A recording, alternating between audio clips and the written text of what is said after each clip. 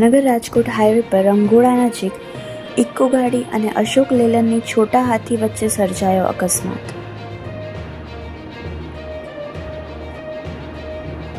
ગમખ્વાર અકસ્માતમાં સ્થળ પર એકનું મોત નીપજ્યું, જ્યારે 3ને સારવાર માટે હોસ્પિટલ ખસેડવામાં આવ્યા છે।